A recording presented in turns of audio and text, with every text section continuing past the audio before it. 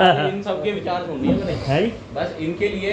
आप तो सबके हमारे सभी के बड़े हो, नहीं नहीं नहीं आपके विचार हम जरूर सुनेंगे, जरूरी है। पर आपके जो शब्दों से, आपके जो सहयोग से जो चेंजेस आए हैं वो बहुत ही मतलब जी आप करें फिनिश जबरदस्त बस। चीज़ है। जो मैं क्योंकि अपने जीवन के अंदर अगर आप किसी एक इंसान की भी लाइफ को मोल्ड कर दिया ना, जी वो एक बहुत बड़ी विक्ट्री है, जी। मेरा ऐसा मानना है। चलो 2 मिनट अपा ही बोल लिए, फिर कर लिए शुरू। चलो चलो जी आकाश जी पहला इंट्रो। भाई जी का करना अच्छा अपना ही कर रहा, वाह क्या बात है। मैं अपना जो बोले सो निर्भय सृष्टिकर्ता वाल्मीकि दयावान की जय। सब तो पहला ਆਪਾਂ ना ਅੱਜ ਦਾ ਪਾਠ ਕਰੀਏ। ਅੱਜ ਕੀ ਦਿਨ ਹੈ? ਪਰਚੇਤਾਵਾਰ। ਆਪਾਂ ਜਦੋਂ ਧਰਮ ਦੀ ਕਲਾਸ ਸ਼ੁਰੂ ਕਰਨੀ ਹੈ, ਸਭ ਤੋਂ ਪਹਿਲਾਂ ਚਾਹੇ ਆਪਾਂ ਕਿਸੇ ਵੀ ਸਥਿਤੀ 'ਚ ਬੈਠੇ ਹੋਈਏ, ਸਭ ਤੋਂ ਪਹਿਲਾਂ ਆਪਾਂ ਮੁਕਤੀ ਮਾਲਾ ਦਾ ਪਾਠ ਕਰਨਾ ਹੈ, ਠੀਕ ਹੈ, ਜੋ ਕਿ ਆਪਾਂ ਕਰ ਚੁੱਕੇ ਹਾਂ। ਦੂਸਰਾ ਜਿਹੜਾ ਅੱਜ ਦੇ ਦਿਨ ਦਾ ਪਾਠ ਹੈ ਉਹ ਇਸ ਲਈ ਕਰਨਾ ਕਿਉਂਕਿ ਆਪਾਂ ਇਸ ਘਰ 'ਚ ਬੈਠੇ ਹਾਂ, ਖੂਬਸੂਰਤ ਘਰ 'ਚ। ਪਰਮਾਤਮਾ ਸ੍ਰਿਸ਼ਟੀਕਰਤਾ ਵਾਲਮੀਕੀ ਦਇਆਵਾਨ ਨੇ ਇਸ ਘਰ 'ਤੇ ਆਪਣੀ ਦਇਆ ਦ੍ਰਿਸ਼ਟੀ ਬਣਾ ਕੇ ਰੱਖੇ ਵਧੀਆ ਤਰੀਕੇ। ਇਸੇ ਅੱਜ ਤਾਂ ਚਲੋ ਆਪਾਂ ਥੋੜ੍ਹਾ ਖਾਧਾ ਵਾ, ਅੱਗੇ ਜ਼ਿਆਦਾ ਮਤਲਬ ਵਧੀਆ ਤਰੀਕੇ ਨਾਲ ਸਾਰਿਆਂ ਦਾ ਲੰਗਰ ਪਾਣੀ ਹੋਵੇ, ਵਧੀਆ ਸਤਸੰਗ ਹੋਵੇ, ਵਧੀਆ ਅੱਛੇ ਤਰੀਕੇ ਨਾਲ ਹੋਵੇ ਅਤੇ ਬਰਕਤ ਪਵੇ, ਹੈ ਨਾ। ਅਤੇ ਮੈਂ ਆਪਣੀ ਗੱਲਾਂ ਬਾਅਦ 'ਚ ਕਰੂੰਗਾ, ਪਹਿਲਾਂ ਆਪਾਂ ਪਾਠ ਕਰਾਂਗੇ ਕਿਉਂਕਿ ਇਹਦੇ ਨਾਲ ਪਾਸਟਰ ਦੀ ਵੀ ਗੱਲ ਜੁੜਦੀ ਹੈ ਫਿਰ ਆ ਕੇ, ਹੈ ਨਾ। जो बोले सो निर्भय सृष्टिकर्ता वाल्मीकि दयावान की जय। परचेतावार। परचेता कहते भानु को बनूं मैं भानु ज्ञान, अज्ञान अंधेरा मिटा सकूं यही दे दो वरदान। परचेता कहते अर्थ सुनेता जैसे विवेकी लोक नेता, इंद्रियों का मन मेरा आगू तेरी कृपा से यह त्यागूं।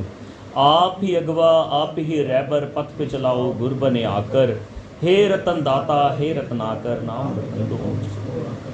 परचेता कहते अग्नि को अग्नि अर्थे अगवाई, पथ प्रदर्शक आप हो जो सिमरेगा ताई। आदे वाल्मीकाय नमो नमः। पुरुषार्थ का अर्थ मेहनत है, मेहनत से रप्पा, मेहनत से शिक्षा मिले शिक्षा में मन ला। धर्म अर्थ और काम मोक्ष चार पुरुषार्थ कहाँ, हो जाए पुरुषार्थी मिलकर करो दुआ। खेत में अगर मेहनत ना होती होती बड़ी खता, पुरुषार्थ किया जिसने उसने मोती लिए कमा। ग्रस्त चलाना इस बिन मुश्किल चौथा माँ, पुरुषार्थ ही है सभी दुखों की एको एक दवा। आदे वाल्मीकाय नमो नमः। आधर्म प्रेमियों जय वाल्मीकि। हमारे बीच में वीर प्रमोद चौटाला जी, वीर सनी दानव जी और वीर साहिर जी, आकाश दैत्य जी और वीर अंश चौटाला जी, वीर अभी जी और वीर विशाल जी और वीर सतीश जी हमारे बीच में बैठे हैं। और हम सभी जितने भी साथी यहाँ पे बैठे हैं वो शिक्षा, धर्म और जो हमारा जीवन है जिसको हम जी रहे हैं, उन सारी बातों को, सभी बातों को मिलाकर तब हम विचार गोष्ठी कर रहे हैं। विचार गोष्ठी बहुत ज़रूरी है।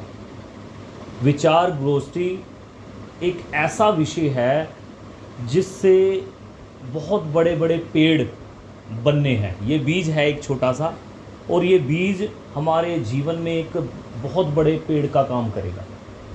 इसके लिए प्रयास करना बहुत ज़रूरी है। अब देखो आप कि जो ताश खेलने वाले लोग हैं, जो ताश खेलने वाले हैं वो डेली अपने 4 आदमियों को पक्का कर लेते हैं। उन्होंने 4 बंदे इकट्ठा कर लेने हैं। अगर एक आदमी नहीं आया तो उसकी जगह भी बंदा कहीं ना कहीं से वो फिट कर लेंगे और वो अपनी गेम को जारी रखेंगे। ऐसे ही नशे वाला करेगा, है ना। उसने अपना जो साथी है वो ढूंढ लेना है कहीं ना कहीं से। पर जो धर्म की बात है, जब शिक्षा की बात हो जाए और जब शिक्षा की बात हो, ज़्यादा धर्म की नहीं करूँगा, पहले शिक्षा की करूँगा, कि जब शिक्षा की बात हो, जब कहें कि भी एक किताब पढ़नी है, तभी नींद आनी शुरू हो जाती। एक दोस्त कहेगा पढ़नी है, दूसरा कहेगा घंटा रुक जा, थोड़ी देर के बाद करते हैं ना, नींद आनी शुरू। क्योंकि ज्ञान जो है वो आपके जीवन में रोशनी का काम करेगा, और जो चीज़ आपके जीवन में रोशनी का काम करेगी वो चीज़ आपको जो कहते हैं ना, अपने जीवन में उतारने के लिए मुश्किल झेलनी पड़ेगी। मुश्किल जो है वो झेलनी पड़ेगी। अगर आप समझते हो कि आपको शिक्षा बड़े आराम से मिल जाएगी, अच्छे तरीके से मिल जाएगी, और खेलते नाचते कूदते हुए आप ले लोगे, तो ये आपकी बहुत बड़ी गलतफहमी है। शिक्षा के लिए आपको बहुत बड़ा प्रयास करना पड़ेगा। प्रयास कैसा?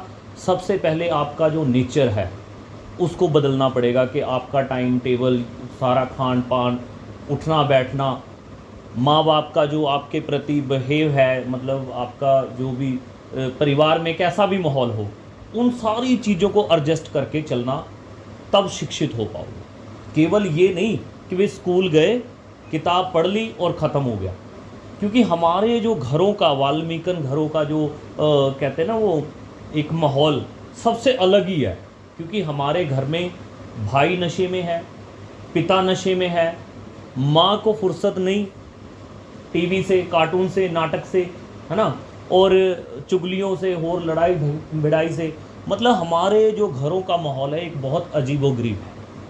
तो उन सारी परिस्थितियों के साथ लड़के हमें पढ़ना है, और ये वही पढ़ सकता है जिसने सच में बाबा साहब अम्बेडकर को समझा है। और मैं अपनी बात पे आ रहा हूँ कि शिक्षा ज़रूरी क्यों है।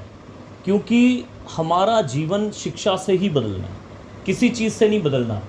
अगर आप 1000 सत्संग कर लो, ईश्वर पे आ गया कि अगर आप वाल्मीकि जी का सत्संग कर रहे हो, दिन रात पाठ कर रहे हो, और आप समझ रहे हो मैं पास हो जाऊंगा, है ना। आपने फिल्म देखी ना पीके, वो लगा दिया और मत्था टेक रहे लोग, है ना, मत्था टेक रहे कि मैं पास हो जाऊं।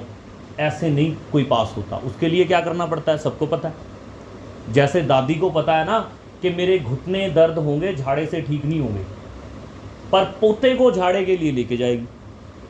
पोता बीमार है, पोते के कान में दर्द है, गले में दर्द है, वो कहेगी ये रोए जा रहा है तो इसको बाबा के पास लेके जाओ, ये झाड़ देगा।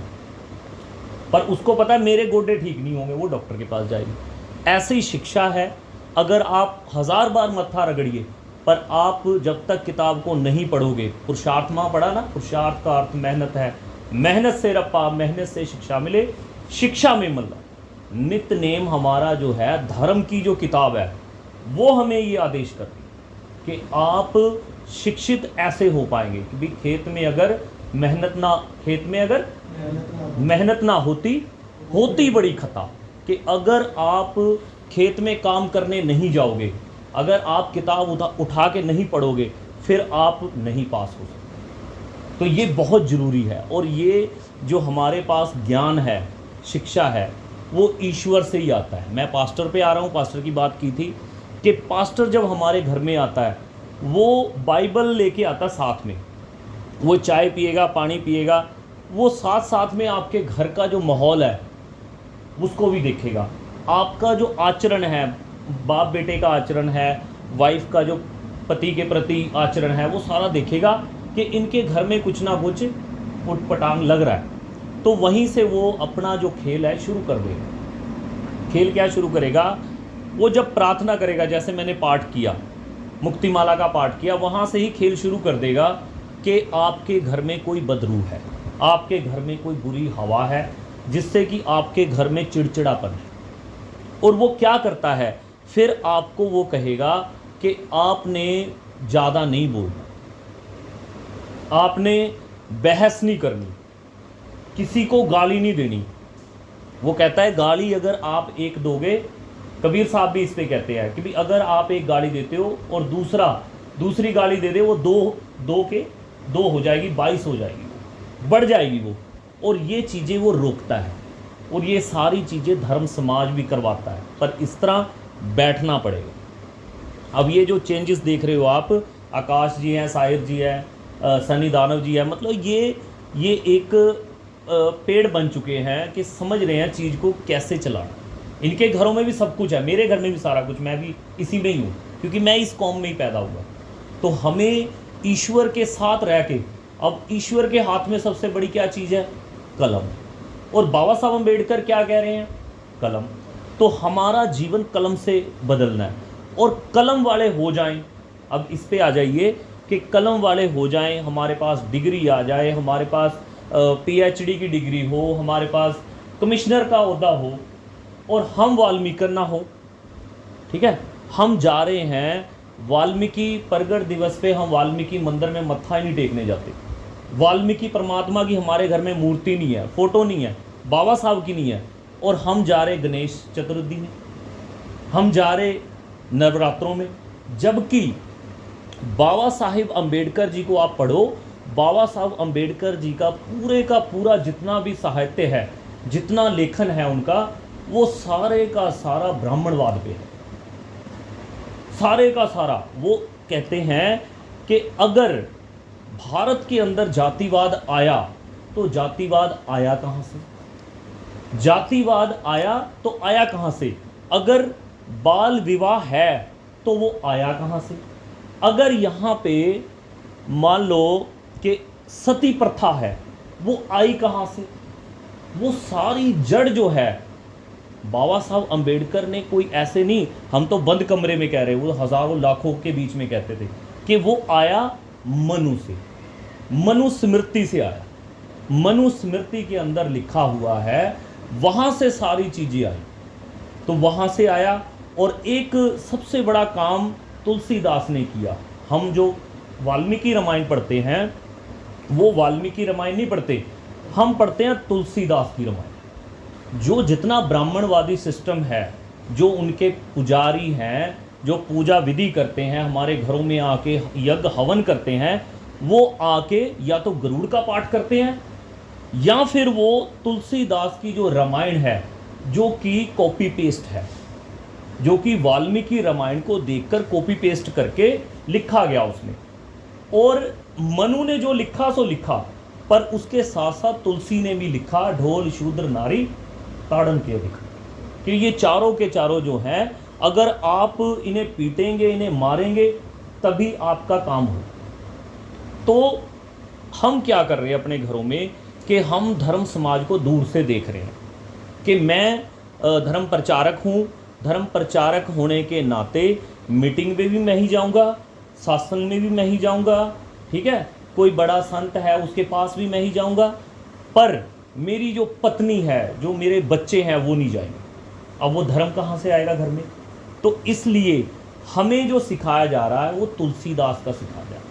पर ईश्वर क्या कहते हैं? सृष्टिकर्ता वाल्मीकि दयावान, नारी के लिए, माँ के लिए, जमीन के लिए जननी, और जन्मभूमि स्वर्ग से बढ़कर है। ईश्वर कहते हैं वाल्मीकि दयावान की जो रामायण है वो कहती है कि जननी और जन्मभूमि स्वर्ग से बढ़कर। दूसरा कहते हैं कन्या रत्न की प्राप्ति बहुत दीर्घ पुरुषार्थ से होती है, कि कन्या जो है हमें प्राप्त होती है कि आपके जो पूर्व जन्म के या इस जन्म के जो आपके कार्य हैं, उन सबको मिला के तब आपको बेटी की प्राप्ति होगी। ईश्वर की कलम कहती है।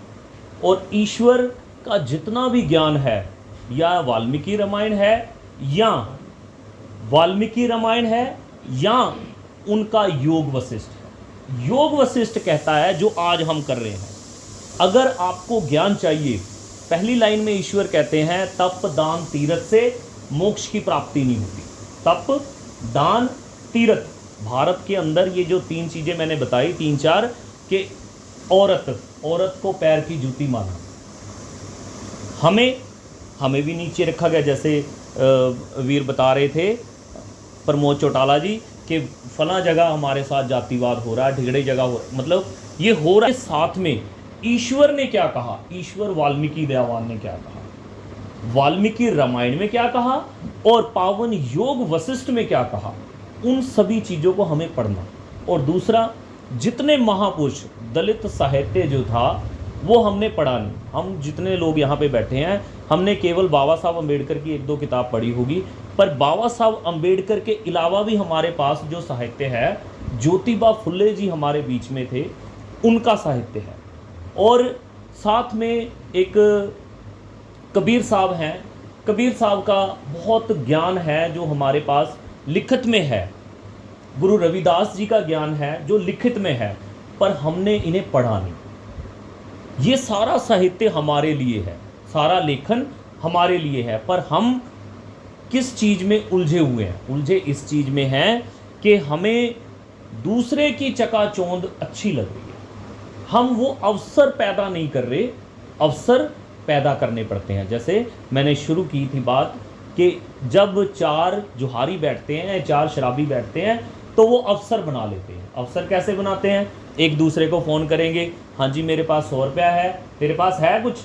अवसर बन गया, पैग हो गया शुरू। अब उन्हें उससे कुछ नहीं लेना, घर में खाना बना है नहीं बना, फीस गई नहीं गई, उससे कुछ नहीं, उनका एंजॉय। और ऐसे ही हमें भी अवसर बनाना पड़ेगा। अवसर कैसे बनाना पड़ेगा? हमारे घर में बच्चे का जन्मदिन है, ये नहीं आप खिंच जाओ, परेशान मत हो, मतलब पैसा खर्चो ना, कि जब आपका थोड़ा सा सर्कल अच्छा है तो आप बच्चे का जन्मदिन जब करते हैं, आपके घर में सालगिरह है, घर मकान आपने बनाया है, या कोई कुछ भी नहीं है पर चेतावार आज का दिन, जैसे उस दिन बैठिए आप नित्यनेम लेके, नित्यनेम का पाठ करिए। ईश्वर ने नित्यनेम जो है वो पावन योग वशिष्ठ का निचोड़, पूरा निचोड़, आदि धर्म के जो महापुरुष हैं उन्होंने उसमें पूरा निचोड़ दिया। उसको पढ़ना पड़ेगा, समझना पड़ेगा एक एक लाइन। तो आप अवसर पैदा करिए। जब आप अवसर पैदा करेंगे, और बाबा साहब अंबेडकर ने बहुत खूबसूरत बात कही कि पढ़ो, जुड़ो, संघर्ष करो। सबसे पहले पढ़ो। पढ़ने का मतलब ये नहीं कि आप केवल स्कूली पढ़ाई करिए, केवल स्कूली पढ़ाई नहीं, स्कूली पढ़ाई के साथ साथ आप अपना इतिहास पढ़िए। जैसे सिख परिवार का बच्चा है, सिख स्कूलों के बीच में भी केवल नित्यनेम जपजी साहब का पाठ करवाया जाता है। नित्यनेम का पाठ होता है जपजी साहब का सुबह, और उसके बाद कभी कभार उसके स्कूल के बीच में अखंड पाठ या कुछ कीर्तन वगैरह कर लेते हैं, कभी प्रोग्राम हो तो। पर सिख परिवार क्या करते हैं? अपने बच्चों को गुरु नानक देव जी की साखियाँ, ठीक है, गुरु अंगद देव जी की साखियाँ, ठीक है, अपने जो महापुरुष हैं, महाराणा, जो क्या महाराणा प्रताप नहीं, वो महाराजा रंजीत सिंह जी के बारे में, है ना, जो उनके महापुरुष हैं उनकी बुक्स ले आके अपने बच्चों को देते हैं।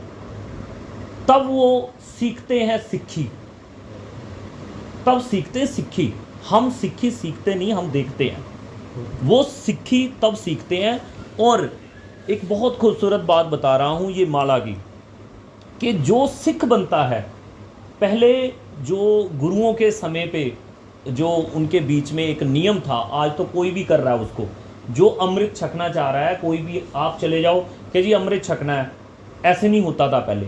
पहले जो विद्वान होते थे, एक आदमी को ट्रेन करते थे पहले, 5 टाइम 4 टाइम पाठ करेगा वो, चिकन मांस वगैरह नहीं खाएगा, दारू मदिरा से दूर रहेगा, ठीक है, गुरबानी रोज़ पढ़ेगा, ठीक है, सारी चीज़ों की उसकी परख होती थी। साल 2 साल उसको परखते थे, फिर उसके बाद उसको 5 प्यारों के सामने पेश किया जाता था, और फिर उसको पूछा जाता था, हाँ भाई जिस जो लेके आया, जैसे चौटाला साहब है, ये लेके आए रवि मतंग को कि इसको अमृत छकाना है, तो इनसे पूछते थे ये सारे नियम फॉलो कर रहे हैं?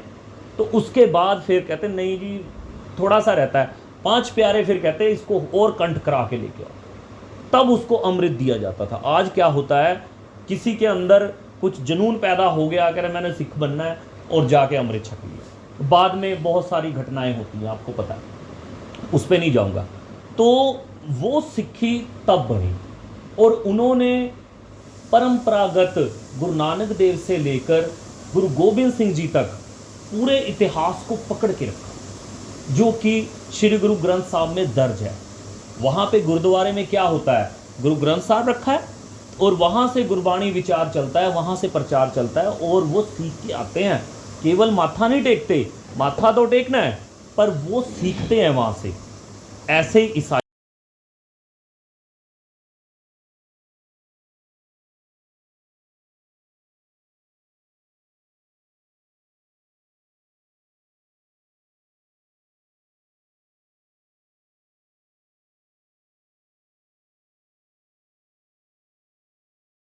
परिवार जो शराबी होता है, निकम्मा होता है, उसको कोई बुलाता नहीं, वो जब चर्च जाने लगता है तो शनिवार को उसका रूप देखने वाला होता है कि चिट्टे कपड़े डाले होते हैं, अच्छी बातें करता है, वो घर में भी माहौल अच्छा बना रखा है। तो वो सारी जो चीज़ें हैं वो बाइबल सिखा रही है।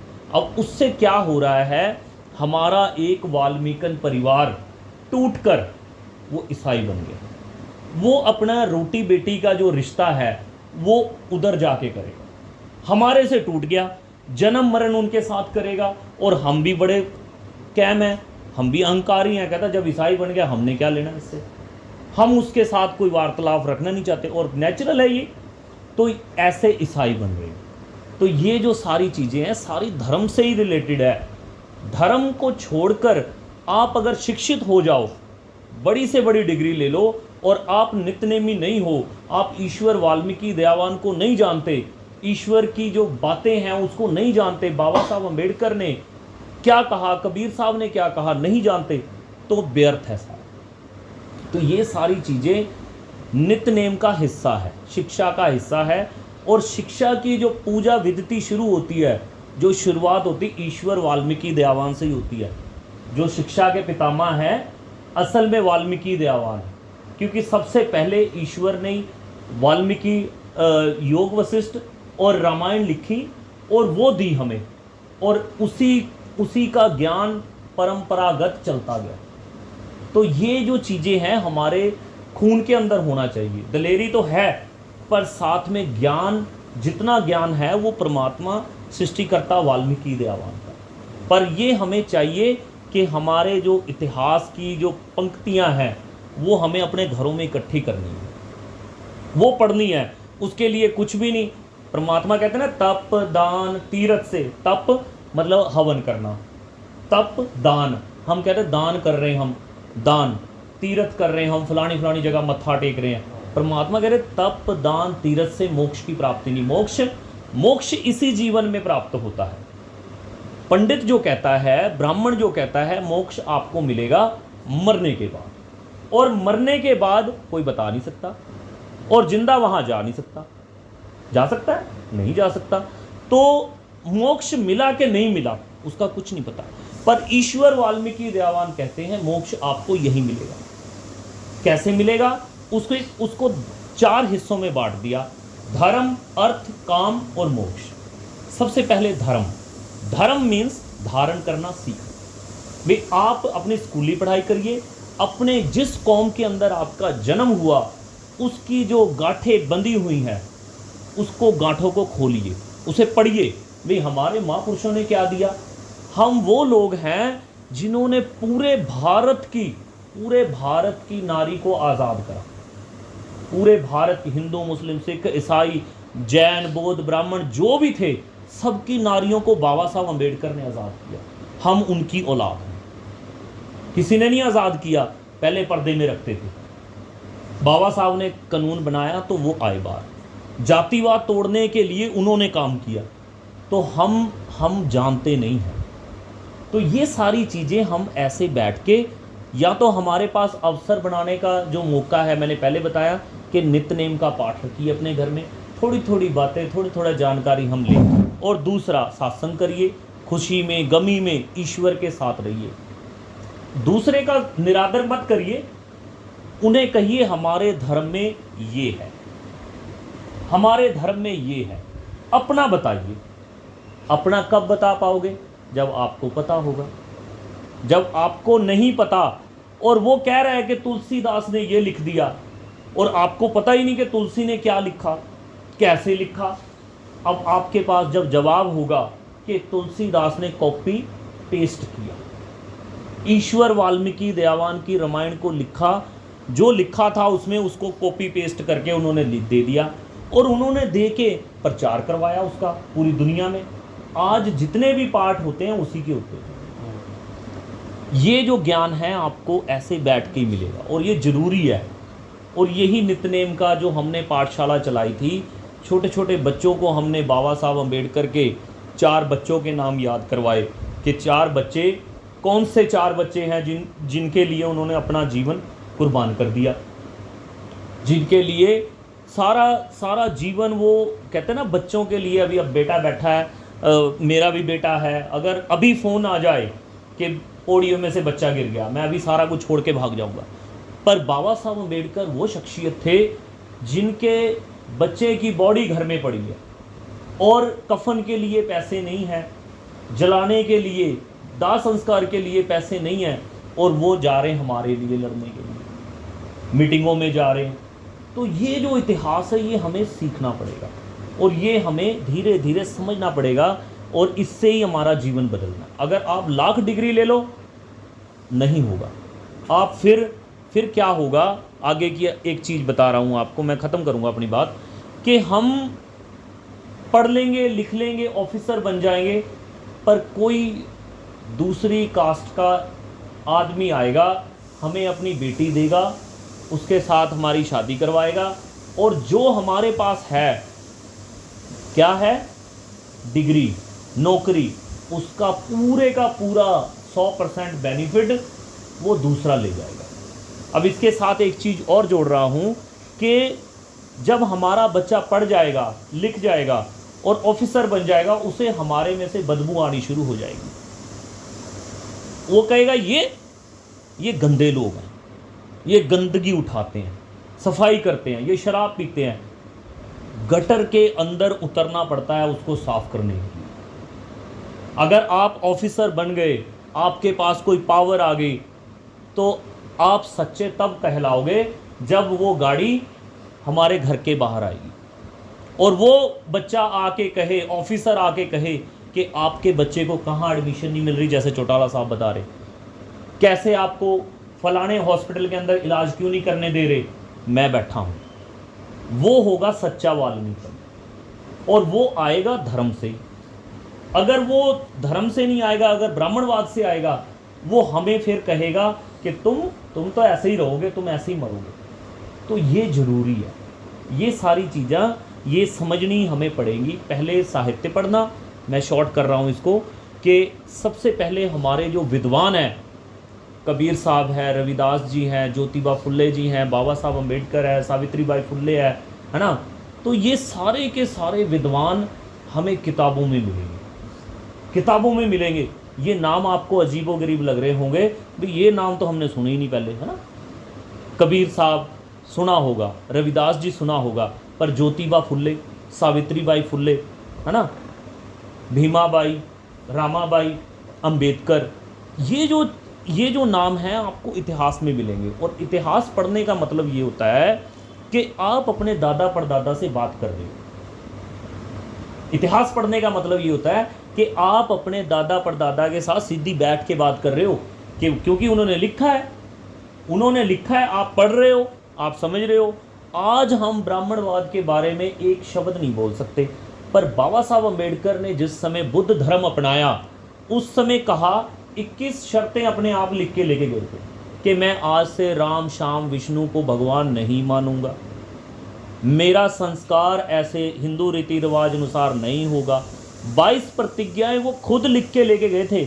होता ये है कि जब हम दूसरे का धर्म अपनाते हैं तो वो हमें बताता है कि ऐसे ऐसे धर्म है हमारा, पर बाबा साहब अम्बेडकर वो शख्सियत थे, वो अपनी शर्तें लेके गए कि मेरी 21 शर्तें हैं, अगर मानते हो तो आ रहा हूँ बुद्ध धर्म में, और मैं बोलूँगा मेरे साथ लाखों लोग बौद्धी बनेंगे। हालांकि बाबा साहब अम्बेडकर सिर्फ, इसको भी क्लियर कर दूं कि बाबा साहब अम्बेडकर सिर्फ 49 डेज, 49 दिन बौद्धी रहे। बुद्ध धर्म अपनाने के सिर्फ 49 दिन, 49 डेज बुद्ध धर्म में रहे, और उन्होंने एक किताब लिखी, उसमें एक लाइन बहुत खूबसूरत लिख दी कि जाति कभी नहीं जाती। कि आप चाहे बोधी बन जाओ, जैनी बन जाओ, सिख बन जाओ, पारसी बन जाओ, आपकी जाति आपके साथ चलती। आपको फिर भी वही काला ईसाई, नव बोधी, है ना, मुसल्ली, ऐसे शब्दों से संबोधित किया जाएगा। इससे बेटर ये है कि आप अपनी कौम को, जैसे मैंने कहा गटर के अंदर उतरना पड़ता है, आप अपनी कौम के अंदर, चाहे कौम जैसी भी है, जुतियाँ भी मार रही ना, कोई नहीं, कौम के अंदर रह के तब जाके उसमें काम करिए। और काम करना पैसा इकट्ठा करना नहीं, ऐसे प्रोग्राम करके दीजिए जहाँ से वीर आकाश जैसे, सनी दानव जैसे बच्चे निकल के आएँ जो हमारी कौम को संबोधित करें। आज ये जो भजन गाएंगे, चलो रोजी रोटी के लिए जो गा रहे गाओ, पर ये जब स्टेज पे आएंगे और ये बाबा साहब के बारे में गाएंगे कि ओ आ दिया, ठीक है ना, और ये शब्द बोलेंगे तो हमारे समाज के बच्चों को समझ आएगा। ये जो मैं बात कर रहा हूँ, ये बात का हिस्सा कुछ और है, इसका मज़ा कुछ और है, पर संगीत के साथ कहोगे उसका मज़ा कुछ और है। तो ये सारी चीज़ें हमें ऐसे ही बैठ के मिलेगी। और मैं अपने शब्दों को विराम कर रहा हूँ। अगर कोई बीच में बात छूट गई हो उसके लिए क्षमा चाहूँगा, क्योंकि मैंने बहुत समय ले लिया आपका। और ये सारी चीज़ें बहुत ध्यान से समझने वाली हैं कि अवसर सबसे ज़रूरी है, अवसर पैदा करें। और दूसरा, कभी भी अपनी कम्युनिटी, अपनी जाति, अपने धर्म को त्यागिए मत, इसको पकड़ के रखिए। जैसी भी है, जिस तरह की भी है, अपनी माँ को, पिता को गाली मत खिलवाना किसी से कि यार बता। और अपने धर्म में क्या कमी है, अपनी कौम में क्या कमी है, उसको खोजिए और उस पर काम करिए। दर्शन रतन रावण जी काम कर रहे हैं 3 चीज़ों पे, नशाखोरी, अंधविश्वास और अनपढ़ता। ठीक है जी, ये तीनों ही नासूर हैं कौम के। अंधविश्वास ये बहुत बड़ा टॉपिक है, ये सारी चीज़ें मैंने बहुत सारी चीज़ें जोड़ दी इकट्ठी, पर मैं 2-3 चीज़ों पे ही आपको लेके आऊँगा। एक, यहाँ से इतना सीखिए कि एक तो अपने महापुरुषों को पढ़िए, अकेले में एनालाइज करिए, समझिए उसको। दूसरा, आपके जीवन में कोई अवसर आता है, उस अवसर को धर्म में ढालिए। धर्म में जब ढालेंगे, नित्य में एक श्लोक आता है कि साध संगत होती रहे काया शुद्ध हो जाए। जब साध संगत होगी तो काया शुद्ध हो जाएगी। कहते थे पुराने ज़माने में जो बुज़ुर्ग होते थे, कहते जब परमात्मा वाल्मीकि जी की रामायण का पाठ होता था, योग वशिष्ठ का पाठ होता था, 100 कोस तक धरती पवित्र हो जाती थी। उसका मतलब ये है, उसका मतलब ये नहीं है कि सब कुछ साफ हो जाता है, उसका मतलब ये नहीं है। उसका मतलब ये है पवित्र होने का कि अगर किसी के घर में कोई मन मुटाव चल रहा है, किसी के घर में कोई कला चल रहा है, क्लेश चल रहा है, वो शांत हो जाता था। कहता नहीं, ऐसा जीवन चाहिए जैसे महात्मा रावण की पत्नी मंदोदरी थी, दोनों इकट्ठे रहते थे। ऐसा जीवन, सीता की बात नहीं कर रहा हूँ, समझिए इस बात को। वैसे कहते हैं भारत में राम और सीता जैसी जोड़ी, कहते हैं ना, आशीर्वाद जब देते हैं राम और सीता जैसी जोड़ी।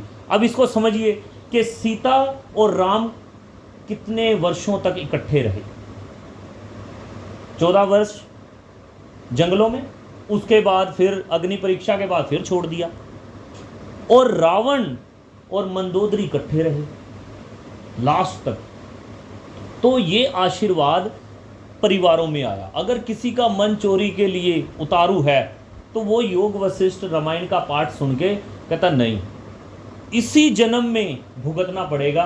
ईश्वर कहते हैं कि जैसा करोगे, जैसा कर्म करोगे, वैसा आपको फल भोगना पड़ेगा। वो बंदा मन परिवर्तन हो जाता था। ऐसे 100 कोस तक जो ज़मीन थी पवित्र हो जाती थी। तो वो वही दौर हमें लेकर आना पड़ेगा और उसके लिए हमें प्रयास करने ही पड़ेंगे। चाहे कोई हमें बुरा कहे, चाहे कोई हमें अच्छा कहे, स्वार्थी कहे, जो मर्जी कहे, पर हमें ये काम करना ही है।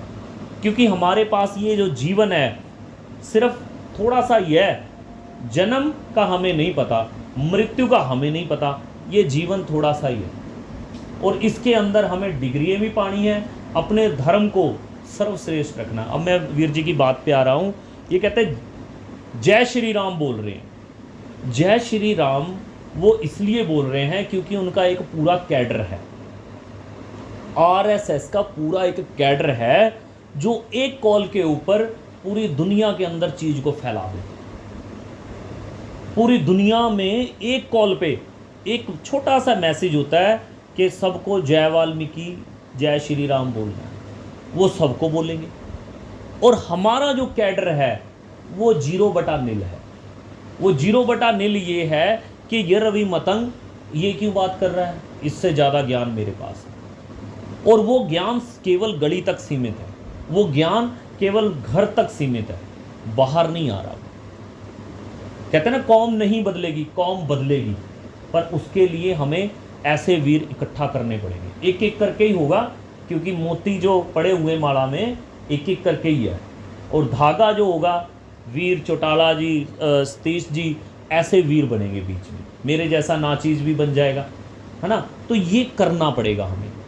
तो मैं ये चीज़ें कह रहा हूँ, एक अवसर पैदा करिए, अपना जो इतिहास है उसको पढ़िए, नित्य नेम का पाठ करिए, दूसरों का आदर करिए, उनसे सीखिए कि वो अपने धर्म को कैसे चला रहे, पर कन्वर्ट नहीं होना। कन्वर्ट क्यों नहीं होना, उसमें एक राजनीति बात बता दूं आपको, धार्मिक बहुत होगी। राजनीति ये है कि आप जब ईसाई बन जाएंगे, आप जब बौद्धी बन जाएंगे, एक तो आपका आरक्षण चला जाएगा क्योंकि आप दूसरी कम्युनिटी में चले गए, और जब आप ईसाई बन जाएंगे, दूसरे धर्म में चले जाएंगे, तो आप जो कैंडिडेट चुनोगे, एमएलए एमपी चुनोगे, वो भी आप ईसाई चुनोगे, वाल्मीकन को वोट नहीं पाओगे। फिर कहते यार इससे क्या मतलब मेरा, ठीक है ना। तो ये राजनीति घाटा भी हमारा, ठीक है। राजनीति भी समझनी है कि हमारा जो नुकसान हो रहा है कहाँ पे हो, कौन हमारे फायदे में है। अगर किसी वाल्मीकन को टिकट मिलती है, चाहे वो कोडियो निकम्मा है, पर उसे वोट दीजिए, अपनी कम्युनिटी को, अपने समाज को मजबूत करें। ये सारी चीज़ें ज़रूरी हैं।